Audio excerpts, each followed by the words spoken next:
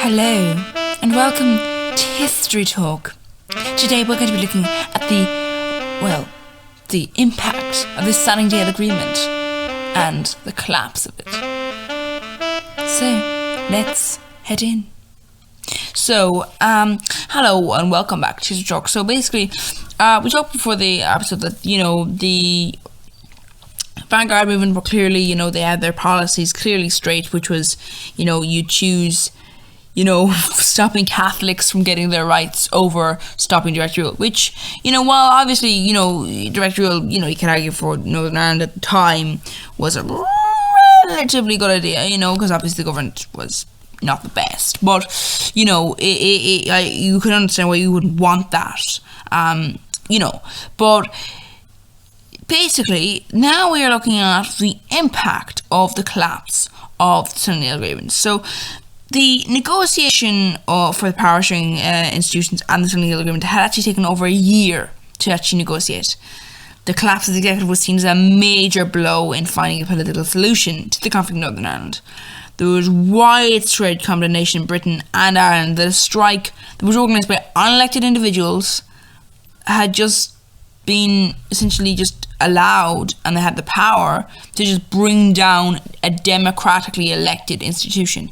Because you don't really respond well to something if you see a group of individuals basically subvert democracy and then succeed. It's all one to try. That's you shouldn't be subverting democracy, but obviously you could argue, well, it's from a person's view, the fact that they succeeded in doing this was just sort of just very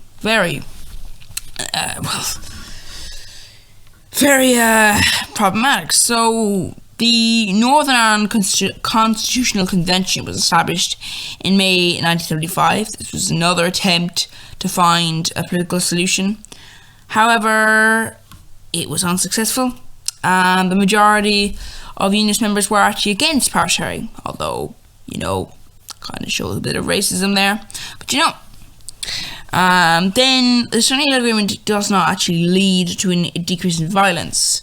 I guess you could say that, the problem with this would be that the unionists approaching Sunningdale would be like, okay, now we're being struck at, even though you aren't. So that increases the unionist violence, and then the RA are strangely, for some reason, against it in the first place.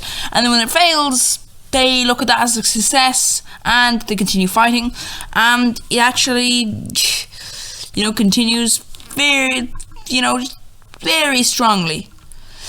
Anyway, so both Loyalist and Republican paramilitaries continue to fight and cause multiple deaths and multiple pointless deaths that have absolutely nothing to do with their actual aims. And these continue until all the time after the government has collapsed. Now, the British government has seen the Irish Dimension as the main reason for the downfall of the Sunningdale Agreement. So, for a good deal of time, the British government shifts focus away from developing any North-South relations and just ignores the Republic's, attempts to sort of have a sharing sort of thing, because it's one island, but obviously, it's two different countries. You could argue, why should they? But anyway, so that causes more problems because, obviously, they're angry at anything. So the Sunningdale Agreement fails. However, many ideas that are within the Sunningdale Agreement are actually contained within the document, actually forms a basis for, the Good Friday Agreement, or the Good Friday Agreement of 1998. So this includes an assembly, power sharing executive, and the Council of Ireland as part of the settlement. So while the Sunningdale Agreement does fail, and obviously it takes a good while, over 20 years, to actually get anything resembling that, it is a basis for other things. But you could say, the reason it fell was due to these sort of problems. So, can you allow that to continue? Well, some would say no. Anyway, so basically, this is actually very, very short. So we're gonna focus in on some more actually. So I'm sorry that now the video is gonna have to have like two different things within it. Apologies about that. We wanted to have this in two different videos, but unfortunately we're only at around 5 minutes now, so it's just a bit too early to call the video off. Or is it? You know what, actually, yeah, how about this? So, sorry for calling the video off at this early stage. Apologies about that.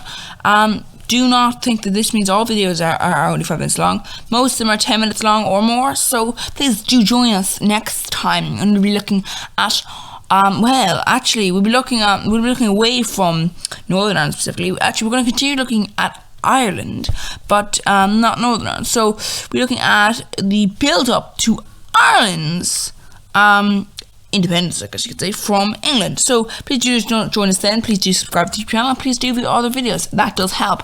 See you next time if you're there. If not, bye then.